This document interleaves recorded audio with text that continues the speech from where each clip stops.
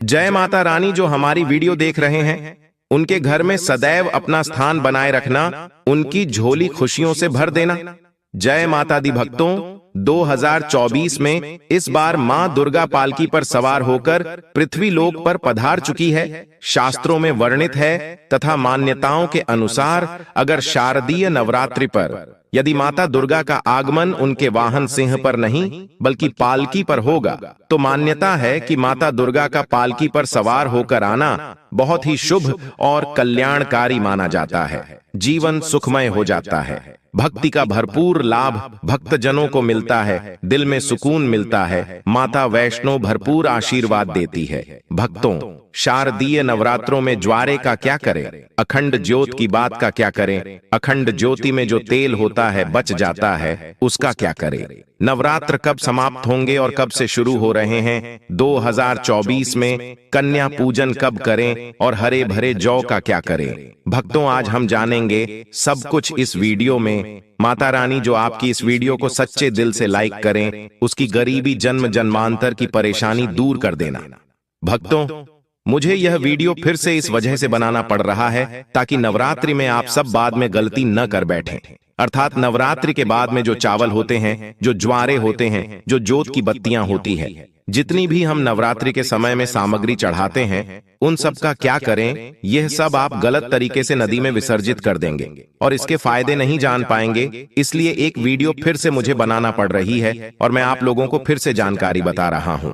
तो भक्तों, यह वीडियो ध्यान से देख लेना। इस वीडियो को देखने के बाद आपको पूर्ण रूप से समझ में आ जाएगा कि सामग्री का क्या करना चाहिए। भक्तों, सबसे पहले जानते शारदीय नवरात्रों का समापन कब होगा। अंतिम व्रत 11 अक्टूबर बुधवार के दिन रखा जाएगा। इस दिन नवरात्रि समाप्त हो जाएंगे, यानी आखिरी व्रत 11 अक्टूबर बुधवार को सुबह रखा जाएगा और कन्या पूजन इसी दिन किया जाएगा।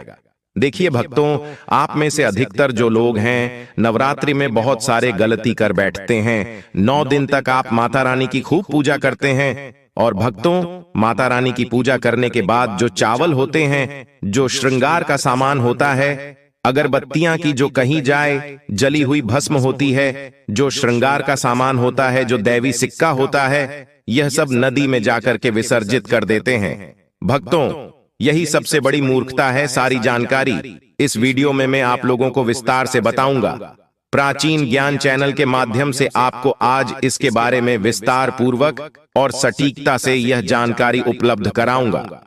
हमारे चैनल प्राचीन ज्ञान का उद्देश्य है कि जन कल्याण करना, क्योंकि भक्तों, अधिकतर लोगों को शारदीय नवरात्रि में 9 दिनों तक खूब पूजा करते हैं। पूजा करने के बाद भी उन्हें फल नहीं मिलता। क्यों फल नहीं मिलता? यही सबसे बड़ी गलती करते हैं। माता रानी स्वयं उन्हें प्रसाद देकर के जाती है, उनको फल प्रदान करके जाती है, लेकिन व्यक्ति उस फल का सदुपयोग नहीं कर पाते। देखिए भक्तों, अगर कुआं आपके पास में है और अगर आप कुएं में से पानी नहीं निकलोगे तो आपकी प्यास कैसे बुझेगी। ठीक उसी प्रकार आपको जानकारी नहीं है तो प्रसाद तो आपके पास में है लेकिन उसका प्रयोग करना नहीं कर रहे हैं। भक्तों, कहने का मतलब है मैं जो तरीका बताऊंगा इस तरीके से आपके जीवन में चल रही परेशानी, गरीबी, रोग, दोष, तकलीफ, हर प्रकार की मनोकामना की पूर्ति होगी। वीडियो को ध्यान से देखना। आज मुझे अपने गुरुओं के द्वारा प्रेरणा मिली है, माता आदि शक्ति के द्वारा प्रेरणा मिली है, इसलिए यह जानकारी बता रहा हूं। अगर भक्तों, हमारी वीडियो में बताए गए उपाय से किसी एक भी व्यक्ति का भला होता है तो हमें भी पुण्य की प्राप्ति होती है, हमें भी अच्छा लगता है और हमें भी काफी आशीर्वाद आप सभी दर्शकों का प्राप्त होता है और माता रानी की कृपा प्राप्त होती है। तो चलिए, मैं समय ना लेते हुए आज की जो वीडियो है उसे शुरू करते हैं। ध्यान से देखना। नवरात्रि के समय में आप कौन सी गलती करते हैं जिससे आप निधन रह जाते हैं? तो देखिए, ऐसा कहा गया है कि अधिकतर लोग जो चावल होते हैं, दोस्तों, वीडियो में आगे बढ़ने से पहले आपसे हम निवेदन करते हैं कि वीडियो को ध्यान से सुनेगा और ध्यान से देखिएगा ताकि आप शारदीय नवरात्रि का पूरा लाभ उठा सके और यह जानकारी आगे जाकर आपको और भी उपयोगी हो सके। भक्तों, पूजा पाठ करने के बाद जो बचे हुए चावल होते हैं, माता रानी को जो हम चढ़ाते हैं, वहीं चावल की मैं बात कर रहा हूं ना, कि ढेर सारे चावल रहते हैं उनकी, जो माता रानी को हम क्षमा याचना करने के दौरान जो चावल चढ़ाते हैं, पुष्प चढ़ाते हैं, सिक्के चढ़ाते हैं, वह सब नदी में बहा देते हैं। वहां आपने 9 दिनों तक माता रानी की पूजा की। माता रानी ने आपको प्रसाद स्वरूप चावल दिए, पोस्ट दिए, सिक्के दिए, उसे आप नदी में बहा देते हैं। भक्तों, यही सबसे बड़ी मूर्खता है। 9 दिन का फल आपने क्या किया, सीधे नदी में जाकर के बहा दिया।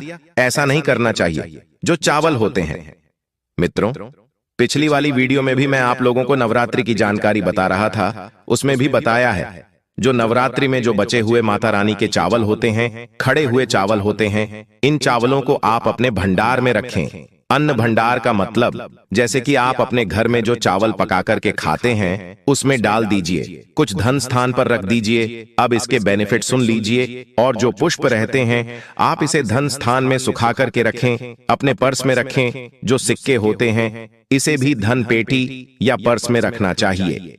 अब इसके फायदे सुन लीजिए। जो चावल होते हैं माता रानी को चढ़े हुए मंत्रों से सिद्ध होते हैं। माता रानी को चढ़े होने के कारण नवरात्रि में माता नवदुर्गा साक्षात स्वरूप में विराजित रहती है।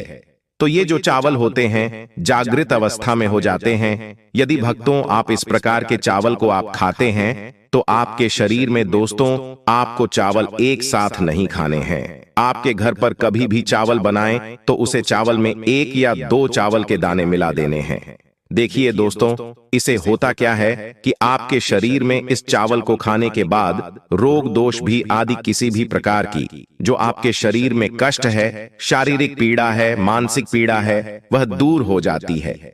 और भक्तों, माता रानी की आपको कृपा प्राप्त होती है। माता रानी की कृपा से शरीर में एक ऐसी ऊर्जा उत्पन्न होती है जिस ऊर्जा से आप अपने आप को स्वस्थ करते हैं।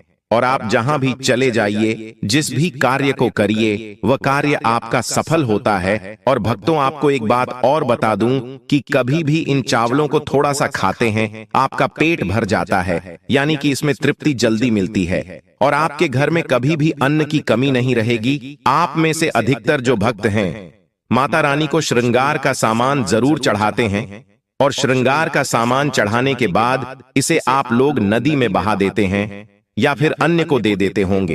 तो ऐसा आपको नहीं करना है। जो श्रृंगार का सामान आप चढ़ाते हैं माता रानी के लिए 9 दिन के बाद इस श्रृंगार के सामान को आपके घर की जो शादीशुदा महिलाएं हैं उन्हें देना चाहिए। इससे क्या बेनिफिट होता है? इससे अखंड सौभाग्य की प्राप्ति होती है। जब तक वह माता बहनें श्रृंगार करेंगे, जो भी माता रानी को चढ़ा हुआ आपने दिया श्रृंगार करेंगे, तब तक अगर साक्षात स्वयं काल भी उनके पास आ जाए उनके पति को ले जाने के लिए, मृत्यु के घाट उतारने के लिए, तो उनका बाल भी बांका नहीं कर पाएगा। इससे उसे स्त्री को अखंड सौभाग्यवती की प्राप्ति होती है। महिलाएं घर की साक्षात लक्ष्मी होती है। इसीलिए भक्तों विशेषकर ध्यान रखें कि जो बचा हुआ माता रानी को चढ़ाया गया श्रृंगार का सामान होता है माता बहनों को देना चाहिए। अब इधर मैं आप लोगों को बताना चाहूंगा, आप में से अधिकतर भक्त जो जोत का बचा हुआ तेल होता है इसे क्या करते हैं, नदी में विसर्जित कर देते हैं। सबसे बड़ी यही गलती है। जो जोत का बचा तेल होता है वो शारदीय नवरात्रि में जो जोत आप लोग जलाते हैं, तो क्या होता है 9 दिन तक जोत जलने के कारण जोत में जो तेल बचा हुआ होता है जागृत अवस्था में होता है। और भक्तों, जागृत चीज ही अपना पूर्ण से प्रभाव दिखाती है। आपने देखा होगा सभी मूर्तियों की पूजा नहीं होती। जब कुम्हार मूर्ति बनाता है या फिर पत्थर वाले जो कारीगर मूर्ति बनाते हैं तो उस मूर्ति की पूजा नहीं होती, उसी मूर्ति की पूजा होती है जिसकी प्राण प्रतिष्ठा हो। तो भक्तों, कहने का मतलब है कि जयोति का जो बचा हुआ तेल होता है जो जलने के कारण जागृत अवस्था में हो जाती है, तो अगर आपके हाथ पैरों में दर्द होता है, किसी ने आपके ऊपर काला जादू कर दिया, आपको शंका हो रही है, तो इस स्थिति में आप क्या करें, जो जोत का बचा हुआ तेल होता है आप अपने सिर में लगाइए, अपने शरीर में जहां दर्द होता है उन हिस्सों पर लगाइए। तो आप अपने जो शरीर के आपको 7 हिस्सों में लगाना होता है। तो शरीर पर कैसा भी तंत्र विकार लगा है, किसी ने काला जादू, भयंकर काला जादू कर दिया हो, तो यह माता रानी की साक्षात कृपा होती है। तत्काल देखना 5 मिनट में आराम मिलेगा। आज हमें हमारे गुरु के द्वारा इस वजह से प्रेरणा मिली कि यह जानकारी समाज में बताई जाए। इस जानकारी से आपका भला होगा। अब जो आपको किसी तांत्रिक या ओंझा के पास जाने की जरूरत नहीं पड़ेगी। इनके चक्कर आपको लगाने की जरूरत नहीं है। आपको 1 साल के लिए जोत का बचा हुआ तेल बचा कर रखें। सिर होता है, सिर दर्द वाले हिस्से पर लगा सकते हैं। अगर किसी कारणवश कभी कभी ग्रह नक्षत्रों की पीड़ा के कारण सिर दर्द होता है तो वह सिर दर्द होना बंद हो जाता है। यानी कि जितनी भी ग्रह है, राहु है, केतु है, दुष्ट शक्तियों के द्वारा आपको सताया जा रहा है। 3-7 हिस्से में बस लगाना होता है। शरीर के 7 हिस्सों में लगा लीजिए। सिर, पैर, हाथ, कोहनी, या फिर आप अपने हृदय में लगा सकते हैं, कंठ में लगा सकते हैं। इस प्रकार से आपको 7 हिस्सों का चुनाव करना होता है। तो कैसी भी आपके जीवन में परेशानी हो, शरीर में शारीरिक पीड़ा हो, सारी पीड़ा दूर हो जाती है। भक्तों, चलिए मैं आप लोगों को बताना चाहूंगा। नवरात्रि में अगरबत्ती आप जलाते हैं या फिर आप गोबर के कंडे जलाते हैं या फिर आप माता रानी के लिए जो भी चीजों को जलाते हैं, तो भक्तों भस्म का क्या करना चाहिए जलाने के बाद? जो अंतिम चीज होती है वहां चीज भस्म होती है। भस्म का क्या करना चाहिए? तो भक्तों हम आपको बता देते हैं कि इस भस्म को पूरे साल के लिए, 1 साल के लिए इस प्रकार की भस्म को बटोर करके रखना चाहिए। जो अगरबत्ती की भस्म है या फिर कहा जाए गोबर के कंडे की भस्म रखी है, क्योंकि माता रानी को हम जो कच्ची धूप जलाते हैं उसकी भस्म भी काफी सारी हो जाती है। क्या इसे में नदी में बहा देना चाहिए? अगर ज्यादा है तो नदी में बहा दीजिए। बाकी कम से कम आपको 1 साल के लिए आपको यह भस्म अपने पास में जरूर रखनी चाहिए। भक्तों, हम भस्म के बेनिफिट बता रहा हूं और इसके फायदे बता रहा हूं। इससे पहले अभी तक जय माता दी नहीं लिखा है तो जय माता दी लिख दीजिए। इससे हमें वीडियो बनाने का मोटिवेशन मिलता रहता है और माता रानी की कृपा आपके ऊपर और हमारे ऊपर सदा बनी रहती है, उसमें हमें आनंद मिलता है। तो भक्तों, जो भस्म होती है इसका क्या करना चाहिए?